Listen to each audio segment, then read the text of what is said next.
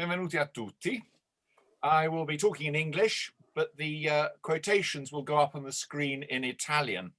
I hope you'll be able to follow it all. I hope you enjoy the talk. The broad intention is to trace the history of the Italian detective novel and then to offer some thoughts on this literature in Italy in recent years and its inevitable interaction with television. I don't claim to have read and studied everything. That would be impossible, not least given the huge and ever-growing output. But I will do my best to show that the novels are, first of all, good reads, but also well worth reading.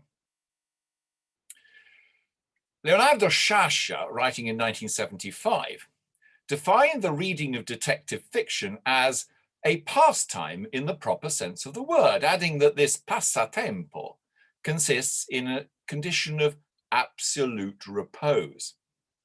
However, as is often the case, it is easy to quote out of context. Those words were written by Sciascia in the opening of an essay entitled Breve Storia del Romanzo Poliziesco, one of several writings about the detective novel genre written by him, which were conveniently republished a couple of years ago. He writes in that same essay of the act of reading the detective novel as an act of submission. As an act of submission,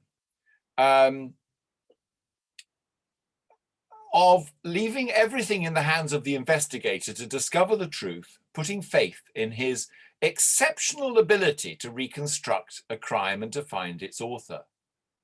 And in his own writings, heavily influenced by the detective genre, Sciascia was indeed concerned with the revelation of truth about Italian and particularly Sicilian realities, not least the mafia. This was recognized by his fellow novelist Italo Calvino, who wrote to Sciascia shortly after the publication of his first major novel, Il giorno la civetta, which is, of course, broadly in the form of a detective novel. You know how to do something that no one else in Italy can: write a documentary story. The detective story as documentary, documenting and investigating the society in which it unravels. In another early reflection on the worth of the detective novel, the Marxist philosopher Antonio Gramsci, writing in his prison diaries in 1930, one presumes that he had quite a lot of reading time, noted that the detective novel was born on the margins of literature and went on to examine it principally in its relationship to ideas of justice and the judicial system, a struggle between criminality and the forces of justice, adding that in earlier literature, and here he refers to a number of criminals in 19th century literature, like Vautrin in Le Père Goriot, the great criminal has often been represented as over and above the judicial system, even as the representative of true justice. The very best detective fiction, I would argue, aspires to be an investigation into the nature of truth, justice, and the social and historical realities of the society in which it's set. Massimo Carlotto, one of the most prominent of today's writers of Italian detective fiction, has indeed observed that the detective novel depicts, by X-raying them, the social, political, and economic realities which surround us. While Loriano Machiavelli, one of the fathers of the modern Italian detective novel, once said in an interview with the Rai that I feel the need to state that today the detective novel, and not just the Italian detective novel, has become, through its use of language, its themes, and its research, a truly contemporary literature, perhaps the most appropriate for investigating our society, for laying bare its faults and assuming there are, if there are any, its merits. Modern Italian detective fiction, be it set in Milan of the economic boom of the 1960s, the Bologna at the end of the Second World War, the Sardinia of the 19th century, the Naples of the 1930s, or in contemporary Sicily, Rome, Bari, or Turin, indeed, I would argue, lays bare to the reader the history, the faults, and maybe merits of what remains a country with a strong historical memory, characterized by profound regional differences. Let us first, however, take a step back and consider the history of the detective novel in general. It certainly wasn't invented in Italy. The earliest works are to be found in America, Britain, or France in the mid-19th century, and developed through the late 19th and early 20th centuries by authors such as Arthur Conan Doyle, G.K. Chesterton, Maurice Leblanc, and Agatha Christie, while 1931 saw the publication of Georges Simenon's first novel to feature Inspector Maigret. Of course, America had its own school, starting with Edgar Allan Poe back in the 19th century, through to Raymond Chandler and Dashiell Hammett, S.S. Van Dyne, and Edgar Wallace. Now, the arrival of the detective novel in Italy can be identified as the start of publication in 1914 by Sansogno of a series of what was to become 13 novels called I romanzi polizieschi, containing, however, works by French authors, mainly one Georges Meyer, featuring an English detective, the improbably named William Tharps. Sansogno also brought out another weekly series between 21 and 24, Il romanziere poliziesco, while other publishers tried their hand at it too. However, significantly, all the novels published in these series were translated from the French, occasionally from English, all set abroad, never in Italy. In 1929, Arnaldo Mondadori, a publishing house founded in 1907, which had been successful mainly in producing series for troops on the front during the First World War and for children. And it decided to start its own series of polizieschi to be known as Libri Gialli, a series which, with some interruption during the Second World War and various changes of format, is still running today. Indeed, the word giallo, as I presume everybody knows, has long since gone into the language as meaning detective novel. Initially, most of the early libri gialli were translations, and not always strictly detective novels. These included works by Robert Louis Stevenson, the Americans Van Dyne and Edgar Wallace, while Agatha Christie's The Murder of Roger Ackroyd, Dalle Nove alle Dieci, strangely enough, appeared as the 15th in the series in 1931. However, the publishers were not always entirely happy with the quality of translations, and every so often turned to Italian writers, notably Alessandro Baraldo, Tito Spagnol, and Ezio Derrico. But all these still set their stories abroad, mainly in the United States. For at that time, it was not uncommon to voice the opinion that somehow the streets of London or New York were much more suited to the genre. Thus, in 1932, Alberto Savinio, writer, journalist, critic, musician, and to many best known as the younger brother of the surrealist painter Giorgio de Chirico, wrote, "The detective novel is essentially Anglo-Saxon. English or American cities with their louche back streets inhabited like the depths of the sea by blind monsters, its organized, militarized squads of criminals, its dark crowds like the waters in the drains, the spectral aspect of their architecture together offer the picture most favorable to the backdrop best adapted to the setting of crime. It is hard to imagine a detective novel within the walls of Valence or Mantua, Avignon or Reggio Emilia." Why he didn't say Milan or Rome is hard to fathom. But of course, the general position of the fascist government was that the representation of crime in Italy was essentially unpatriotic. One writer sympathetic to the regime, writing under the pseudonym of Farinata, of which one could write a whole talk in itself, would claim that the detective novel was almost immoral, anti-fascist. Italian writers responsible for giallismo, detectivism, have to understand that today one cannot with impunity poison the conscience of a people which works peacefully, obeys in silence, and marches with assurance towards the moral and material conquests which are its right. And another in 1936 would write, private individuals who get mixed up in police operations, experts who make clues disappear, policemen who let a criminal escape because maybe he acted for the good, and so put themselves in the place of the delicate role of the judge, all this is far, very far away from our legislation, from the way we in Italy investigate and judge crimes, and above all, far from our mentality, while adding that there should be a health warning on such novels. The way the police and the justice system operated here are not Italian. In Italy, justice and public security sono cose serie, are serious matters.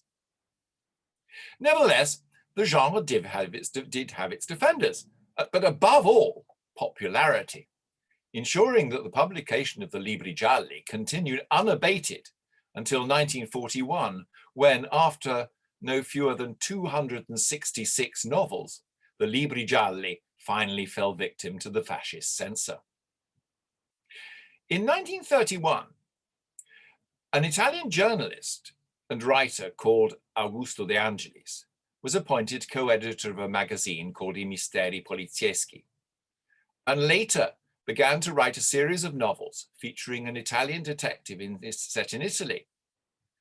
Probably the first, I think, if I'm correct, featuring Commissario Carlo de Vincenzi of Milan police, beginning in 1939 with the novel Il banchiere assassinato. In 1939, he also wrote a fascinating preface to a subsequent novel called Le Sette Picche Doppiate, addressing the question of the possible immorality of the genre, stating up front that he was defending not cheap popular stuff, but the classy detective novel Il libro giallo di classe, which has been taken up abroad by first-rate authors and in Italy by a few well-known authors. And he argued that the detective novel reflected its age. Today, nothing is more alive than death. In this period in which we never live better than when playing with knives, razor blades, bullet, poison gases, with aeroplane wings, helicopter blades, with rays that give life and kill, with ether waves. I can't help hearing futurist overtones in this, but there we are. However, he too, strangely enough, had doubts about the truly Italian detective novel set in Italy. In our country, we do not have in everyday life the ingredients to devise an American or English style detective novel. We do not have detectives. We do not have policemen. We do not have gangsters.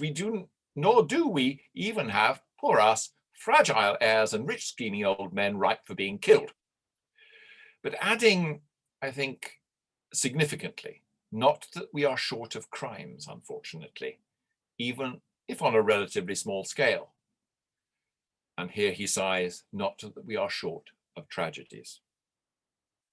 That said, he had already created his own distinctive Italian detective novel, and novels with crime and solution all firmly based in Milan. His detective, De Vincenzi, is a policeman with a tragic vision of the world, contemplative, highly cultured. When we first meet him, he has on his desk a copy of Freud alongside the epistles of St. Paul. Comparatively young, he lives alone for sole company with an elderly housekeeper, but spends most of his nights at the office anyway, working and reading. De Angelis' however, own tragedy was that in the end, he fell foul of the fascist authorities and died as a result of injuries inflicted by fascist Repubblichini in 1944.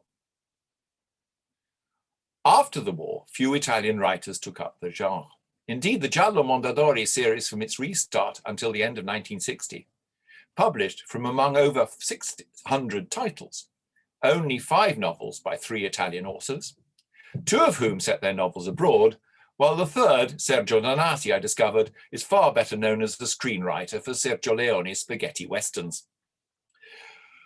One exception which has aroused a great deal of critical attention is Carlo Emilio Gatta's Quel pasticciaccio brutto di Via Merulana, published in 1946, set very firmly in Rome, and a language that equally places it there. But it was no ordinary giallo, for as the admiring Sciascia later wrote, it was in his position the most complete giallo ever written, a giallo without any solution. Sciascia himself tells us that as a young man, he devoured the gialli, claiming to have read 300 as he grew up in fascist Italy, going on to write articles about them throughout his adult life and using elements of the form in many of his novels. His writings on the giallo made instructive reading, not least because in his reflections, he makes almost no mention of Italian writers with the exception of Gadda, though perhaps that is hardly surprising, given the paucity of truly Italian detective fiction published before and in the years following the war. And like Sciascia's detective novels are in some sense incomplete or inconclusive. In Il giorno della civetta, Sciascia's published in 1961, for instance, while by about halfway through, the reader is quite capable of attributing the crime to a culprit and to the ultimate commissioner of the act, justice is not done, as through political interference the case falls apart. In Ciascuno il suo, Laurana, the teacher, is nothing like the classic detective and pays the ultimate price for his curiosity. In Il Contesto, the investigator ends up being accused himself of murder. In Todo Modo, the guilty party is not revealed, and all one is left with is a suspicion. And what all these novels share, of course, is Sciascia's ability to play with, distort, use the classic format of the detective novel of discovery of crime, investigation, and revelation of solution, to forcefully and courageously reveal truths about Italian society, and particularly the mafia, Sicilian politics, and society. A brief word in passing about Umberto Eco's great novel, Il nome della rosa. Published in 1980, this was Eco's first novel, and as Joe Farrell has written, the frame is the traditional convention of the detective story, as conceived by Conan Doyle, inherited, inhabited, and imitated by Eco without parody. Being set in the Middle Ages and being concerned with the existence of lost manuscripts, it reveals little, perhaps we could argue, about contemporary society, except perhaps for the intellectual concerns of the time it was written. Yet what Eco achieved in this context, alongside Sciascia and Gadda, was the granting of the respectability to the detective genre in Italy, the libro giallo di classe that De Angelis so aspired to. What followed was the emergence of novelists whose writings explore and reveal much about Italian history and society, and in particular towards truth, justice, and the state. Not all of them, in my humble opinion, can be ranked as di classe, but they do enjoy immense popularity. The first novel by Giorgio Scerbanenco, born in Kiev, but who moved with his father and Italian mother to Italy when he was 6, was La Bambola Cieca, published in 1941 by Mondadori, one of the very last before the fascist axe came down.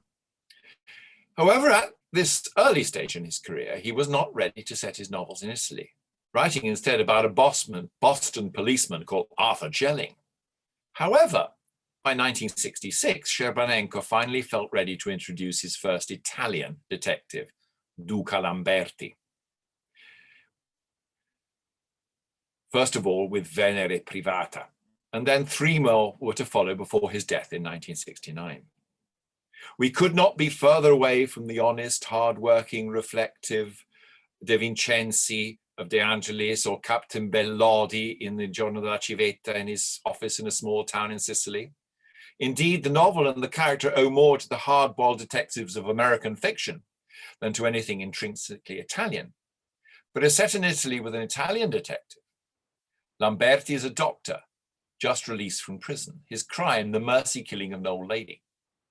Having been struck off, he cannot practice medicine, but his methods are unorthodox with scant regard for proper judicial procedure.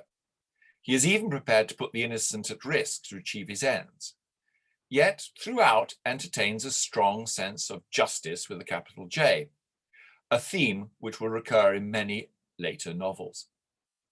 I should also mention at this point the tremendously successful La Donna della Domenica, published by the duo of Fruttero and Lucentini in 1972, which anticipates another theme which becomes very evident in more recent writing: the use of the detective format to denounce aspects of society. In this case, and with a certain amount of humor, provincial Turin society. To quote, "It was true, thought Commissario Santa Maria, all was slowly coming into perspective. In the end, there was no reason to see it as complicated. Turin's old provincial nucleus was resistant to any attack with its little rights, its strange gossip, its mocking hierarchies, its farabinis, its garronis, its campis, all in the same pack of cards." But the true explosion in this sort of literature was yet to come. On his website, Loriano Machiavelli dates the birth of the modern giallo to 1990. Machiavelli had published his first Sarti Antonio novel, Le piste dell'attentato, as long ago as 1974, and the most recent was actually published last year, of which there have been 3 television adaptations between 1978 and 94. In 1990, key date for him, he and others in Bologna formed Il Gruppo di 13, including highly successful writers such as Lucarelli and Marcello Fois, both of whom we shall meet again. They published a collection of stories called I Delitti del Gruppo 13, now out of print, and in 1991 added another, and in 1991 and added another the following year. And as if to reinforce this early 90s point of departure, the major Premio Scerbanenco for the best giallo of the year was instituted in 1993. I want to turn now to consider the considerable number of detective novels published in years since. I warn you in advance, I will only be mentioning a small number of writers and novels. Actually, you may find them quite a large number. And avid readers of the genre may well accuse me of ignoring some they may consider significant. Some, for example, have had more success in translation than in Italy itself. I would quote Donato Carrisi in that context. And I will be considering ideas such as the importance of place, attitudes towards justice, the importance of memory, and as a coda, the relationship with television as a reflection on the importance today of screen adaptations and their relationship to the novels. And forgive me if I haven't had time to look at important themes such as food, women, or indeed look at many aspects of politics, immigration, racism, drugs and prostitution, crime, organized or not, and other manifold ills of society, which of course are inevitably the stuff of such novels. But time is not on my side. Given the very real differences, historical, cultural, and economic, that characterize the towns and regions of Italy, it is hardly surprising, perhaps, to find that the Italian detective novels are deeply rooted in a sense of place. And take a look at this map which I put together, which I think is rather instructive. I can point very clearly to a place for every novel that I have read. They're very clearly linked to their geographical space, and very often cities. So let's go. As a first example, the series of novels featuring Commissario Ricciardi by the Neapolitan writer Maurizio de Giovanni, which first appeared in 2006.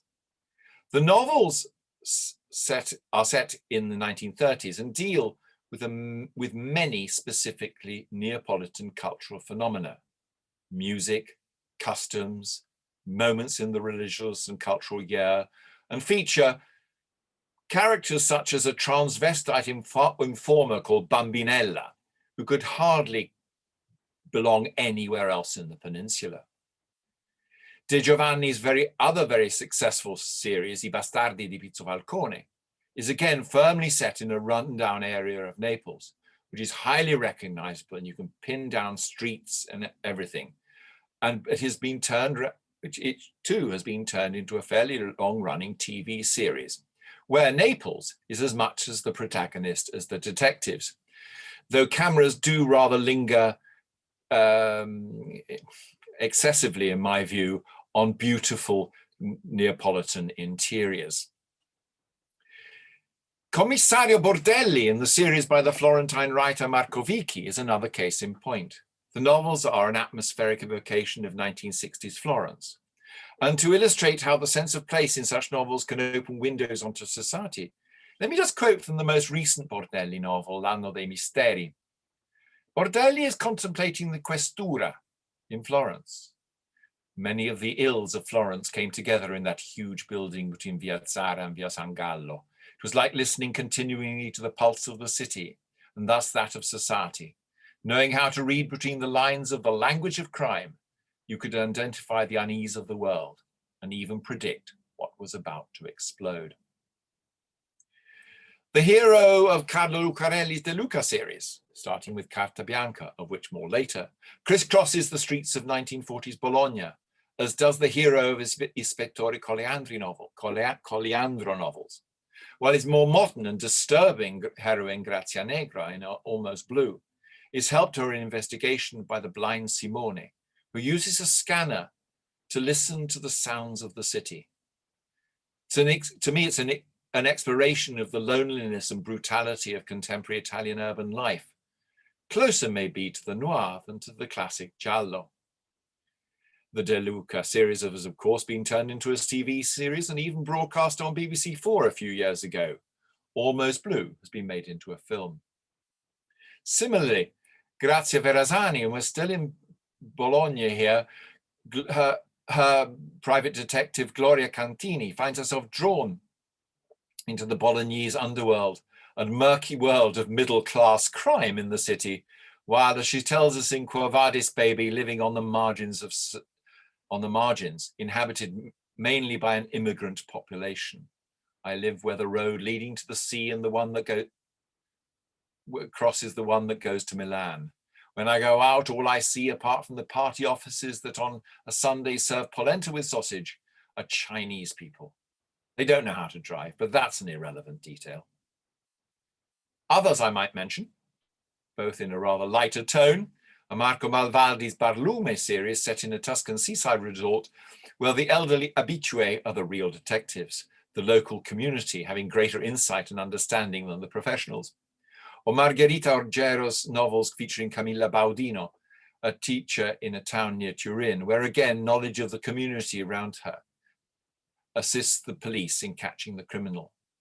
Both again, of course, have been dramatized for television. But while some stories depend in different ways on the intimate relationship between detective, reader, and place, it is striking the extent to which many detectives are in fact exiles. Like many of their readers, they are outsiders looking in and maybe more observant.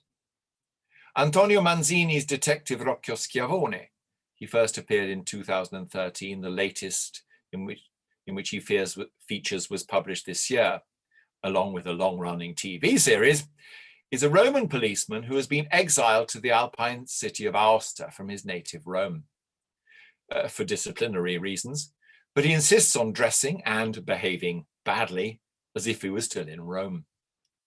Barbara Baraldi's police profile and heroine Aurora Scalviati, not the first female detective you may have noticed, has been transferred again for disciplinary reasons from Turin to a tiny, imaginary, and not altogether quiet town in Emilia.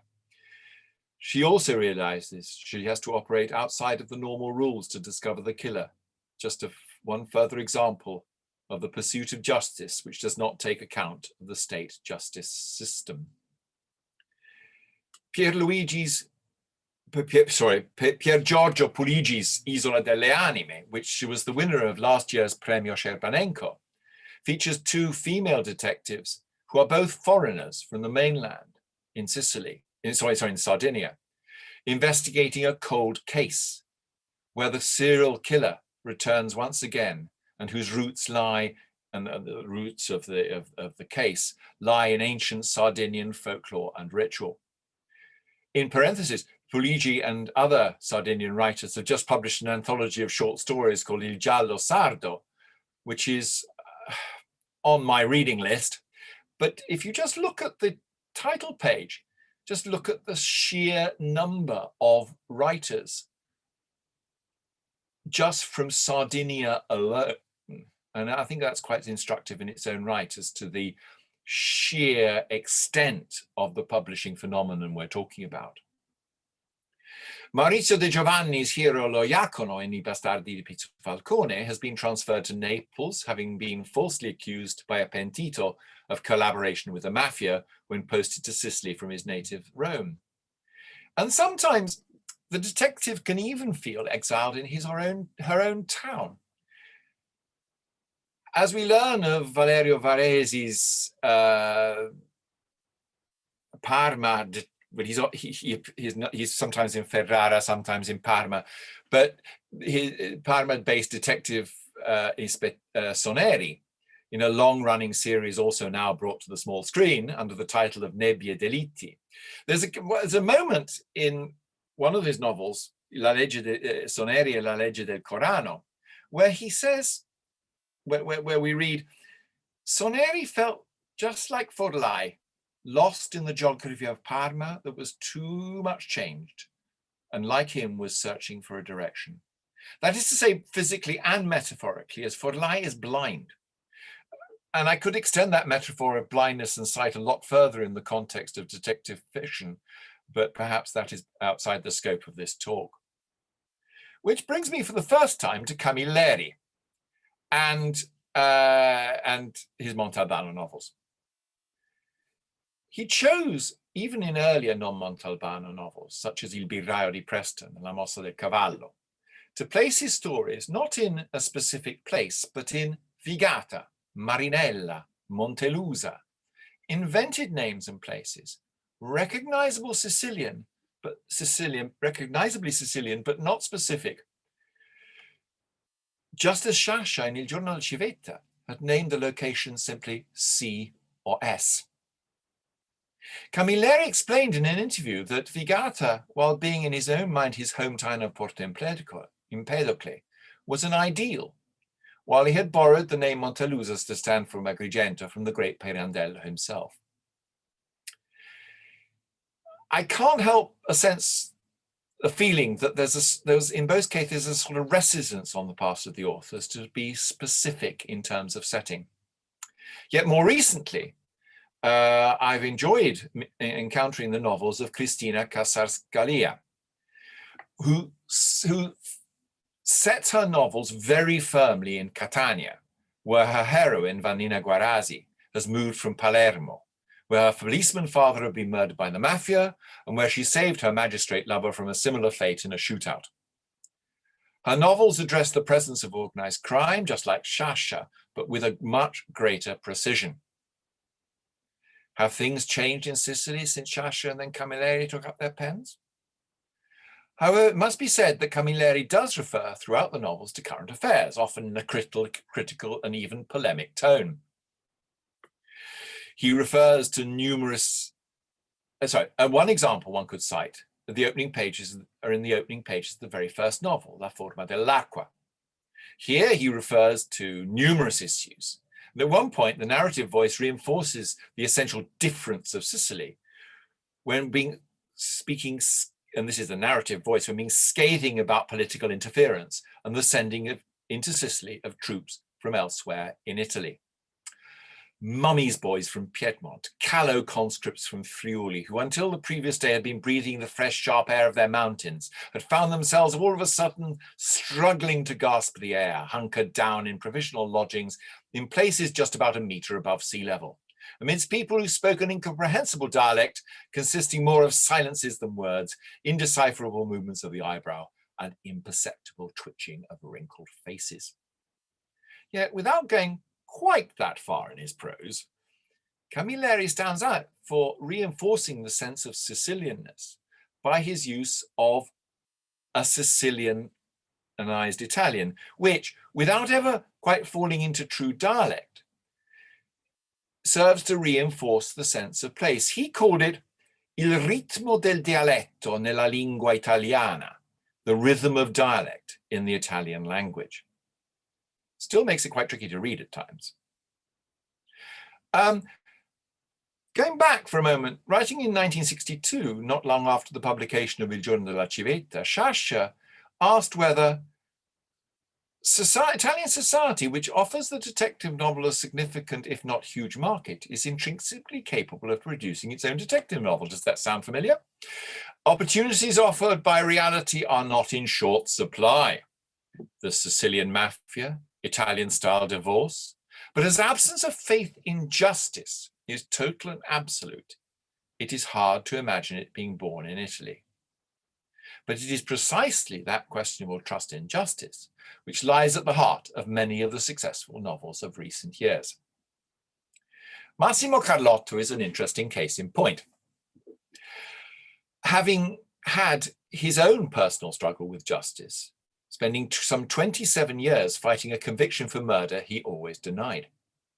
His detective, L'Alligatore, is an ex-blues singer who has spent 7 years in prison, having been, at least by his own account, arrested and condemned for a crime, possibly terrorism, he didn't commit.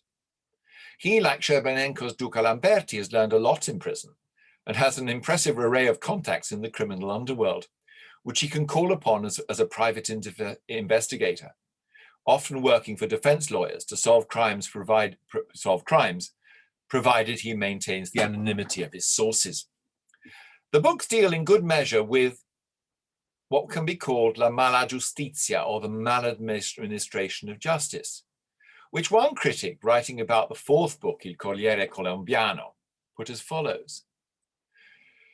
How does it work? It works with magistrates that carry out their jobs badly, with investigations carried out not with the aim of finding out who was responsible for a crime, but to prove that the person in the dock is guilty. Which brings me to Gianrico Carofiglio, who was until 2016 a practicing magistrate in Bari, in southern Italy, and for a while an MP.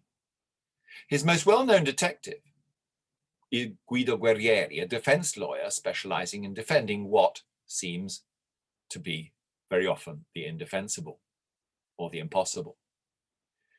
In the novels, which could equally be called legal thrillers rather than detective novels, they do require some understanding of the Italian judicial process, in my view. Carofiglio uses the character of Guerrieri, a depressive with a messy divorce, an insomniac, who fears using the lift and likes to take it out on a punch bag, not just to solve a mystery, but to provide a forensic explanation of the imperfections and corruption within the courts and the justice system, and issues of justice in general. Let me share one illustrative quotation from the penultimate Guerrieri novel, La regola dell'equilibrio. Guerrieri is in reflective mode. And justice? That damn justice. If that individual carries on as a judge, how can I carry on working as an advocate? What have you got to do with seeing justice carried out? You said so yourself, you're an advocate. Your duties are straightforward. You defend your client as best you can without making any mistakes or infringing any ethical codes. Okay, you want to ensure justice is carried out? You should have become a magistrate if you want to see justice carried out and change the world. And then the world would have seen to it that you changed your mind. But that's another matter. Carofiglio's other detective, Pietro Fenoglio, is by contrast a seasoned, experienced, emotionally balanced, and that's very unusual, carabiniere. The three novels that feature him are as much as anything reflections on the investigative process, on the nature of truth and trust in appearances and witnesses, and how they reflect on the exercise of justice. Any of you who teach theory of knowledge for the IB will find this very useful. In the last chapter of the latest novel, La versione di Fenoglio, he's talking to a young friend. Lies can be uncovered, but there is no magic formula which lets you do so every time. The symptoms that might betray a lie must be the starting point, not the end point. But to learn all there is to know on the subject, you must look to the real experts. You won't find them among carabinieri or policemen, not even among psychologists. And ask where to look, Fenoglio replies, among I truffatori professionisti, among professional con men. And As a last word, before I leave Carofiglio, I'd like to quote the citation when he was put forward, when his latest Guerrieri novel, La misura del tempo, was put forward this year for the Premio Strega, Italy's premier literary prize.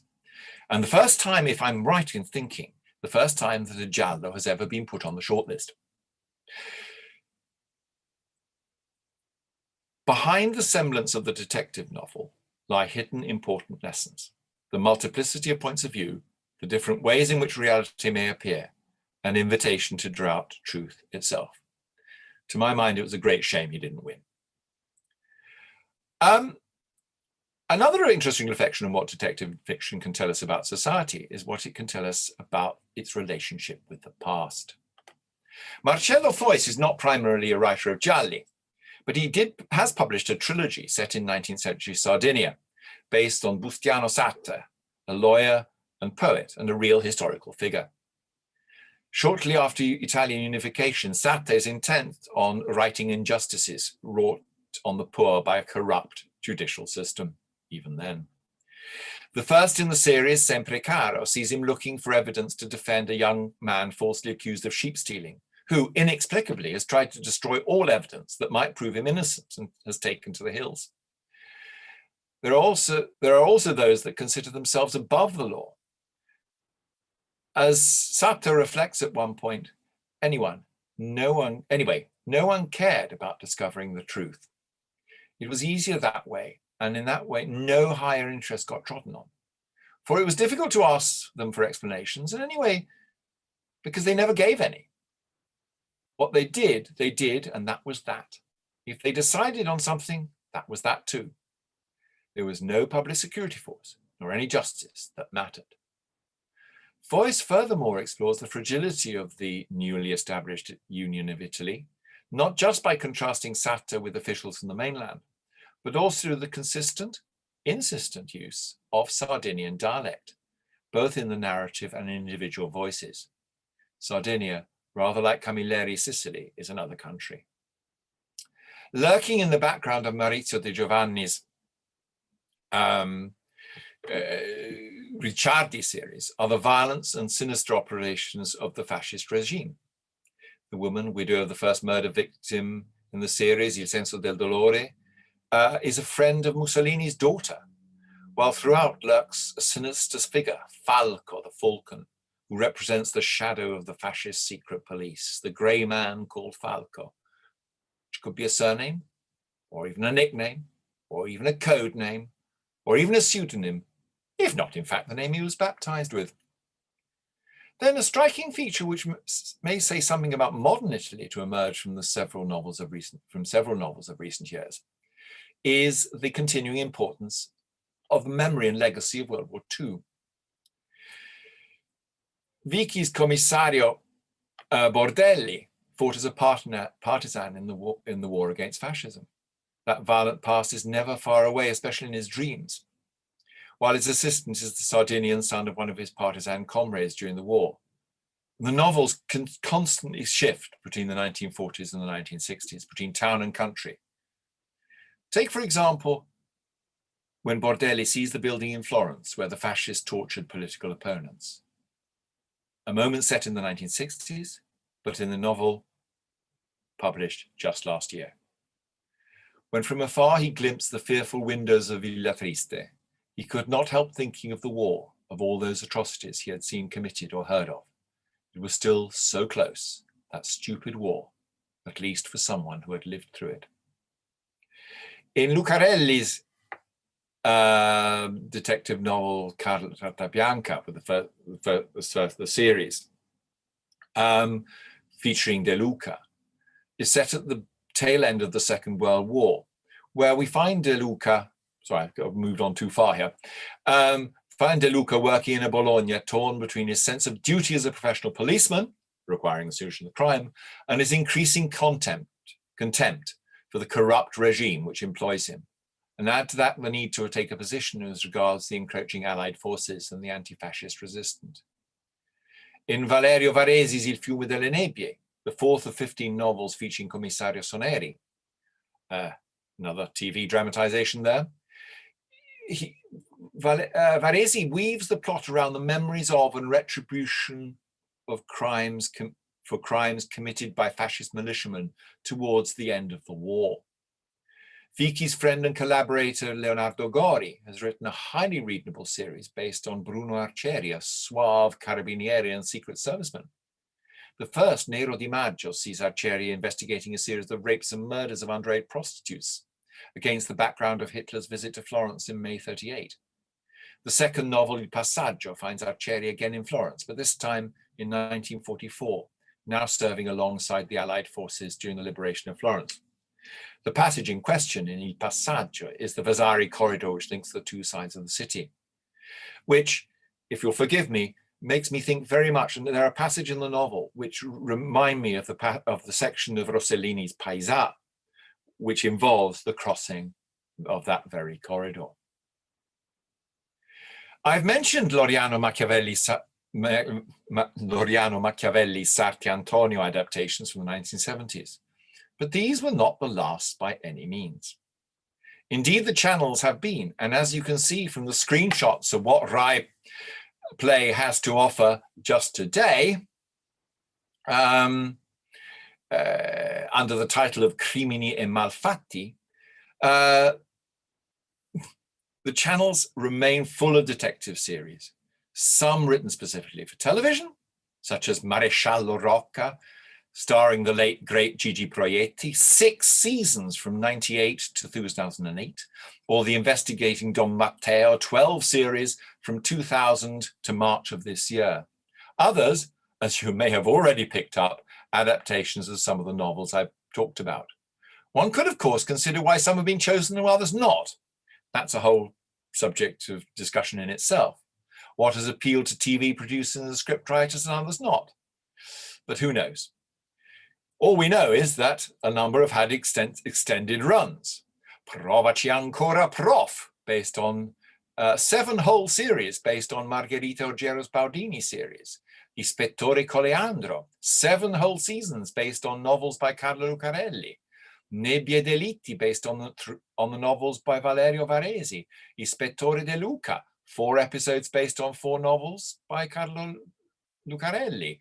I Delitti del Barlume, 13 episodes over 7 years based on the novels by Marco Malvaldi. I Bastardi di Pizzo Falcone, 3 series from 2017 onward, based on the novels by Maurizio de Giovanni. And indeed, next Thursday, hot off the press here, we'll see the broadcast of the Rai, or the first episode of an adaptation of Carlotto Alligatore novels. Although it has to be said that the producers do stress that they are adaptations rather than dramatizations of the novels.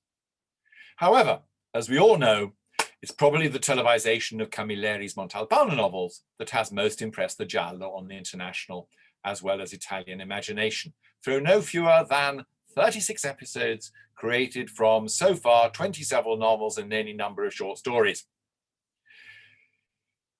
You will almost certainly be familiar with these featuring Luca Zingaretti, as shown on BBC 4, or even the prequel series, Il Giovane Montalbano. So successful have been the TV adaptations and the images of Sicily and the coast, that even the rather lovely house Montalbano inhabits in the films at Marinella is now a tourist attraction and can be rented and found on TripAdvisor. Or has anyone, oh dear, ever seen Sicilian town with quite so little traffic even under lockdown? For I would argue that the TV adaptation somehow sanitizes how the viewer sees the Montalbano phenomenon. The viewer is entertained as much as anything by the protagonist's love of food, exquisite taste, long-term, long-distance relationship with Livia from Genoa, flirtations with other women, incompetent and comical colleagues, while the serious issues presented in the novels take a bit of a back seat. The mafia, the social issues such as the arrival of refugees on the southern shores of Sicily, prostitution or drugs, are, in the TV version, I would argue, subordinated to atmosphere. The Montalbano of the novels is not that of the TV. But Camilleri was only too aware of the intentions between his writings and the television version. When he died in July last year, he left behind a posthumous novel, Ricardino, to be published a year after his death. Near the start of the novel, Montalbano arrives at the murder scene where a crowd has gathered. My translation. Montalbano drew up at the side of the road and got out of the car. All of a sudden, an animated discussion broke out around him. Look, look, it's Commissario Montalbano. Montalbano? You mean the one on the telly? No, the real one. Montalbano became nervous. But 10 years before, he'd had the bright idea of telling a local writer, a certain Camilleri, about something that had happened to him. And straight away, he had woven a novel out of it. For no logical reasons, these novels had become bestsellers in Italy and even abroad, at which point a television company had taken a fancy to them and made them into some extraordinarily successful films. And everything changed. Now everyone knew him, but they all confused him with that character on television. So incredibly annoying, sorry for the translation of Rottura di Cabasisi, that it seemed to be straight out of a play by another local author, Pirandello. And by the end of the novel, we discover that the author and the character are in disagreement as to how the investigation should end. The character pursues a version of events which involves drugs and the intervention of a powerful minister in Rome who happens to represent Montelusa in Parliament, echoes of Sciascia, while the author has an entirely different version, which in essence puts forward a solution involving a crime of passion, le corna, all of which takes us back to, yes, Sciascia, and indeed to Pirandello. Though in this case, the exhausted character, and indeed the text itself, disappear from the stage on the very last page. And in a final note, Camilleri adds a disclaimer. Of course, the story is all properly invented. No character can be traced back to someone who has existed. The same is true of the situations, the names of the banks and the surnames. The context, on the other hand, no, that unfortunately does exist. Or as Sciascia wrote in the introduction to a school edition of Il Giorno della Civetta in 1972, talking of the relationship between his novel, talking of the relationship between his novel and the realities of the mafia. As he put it, the novel was but un per esempio, an example, ma forse anche un buon racconto, maybe also a good tale. At which point I shall stop. Thank you.